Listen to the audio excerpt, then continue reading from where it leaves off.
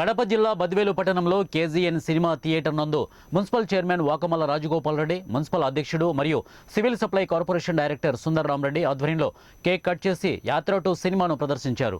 ఈ సందర్భంగా వారు మాట్లాడుతూ స్వర్గీయ వైఎస్ రాజశేఖర రెడ్డి, ప్రస్తుత ముఖ్యమంత్రి వైఎస్ జగన్మోహన్ రెడ్డి జీవిత ఇతివృత్తాలను చక్కగా చూపించారని, ప్రజలు మరోసారి వాళ్ళను గుర్తు చేసుకున్న విధంగా సన్నివేశాలు ఉన్నాయని, స్థానిక ప్రజలు ఈ సినిమాను మంచి చెడులను ఆలకించాలని వారన్నారు.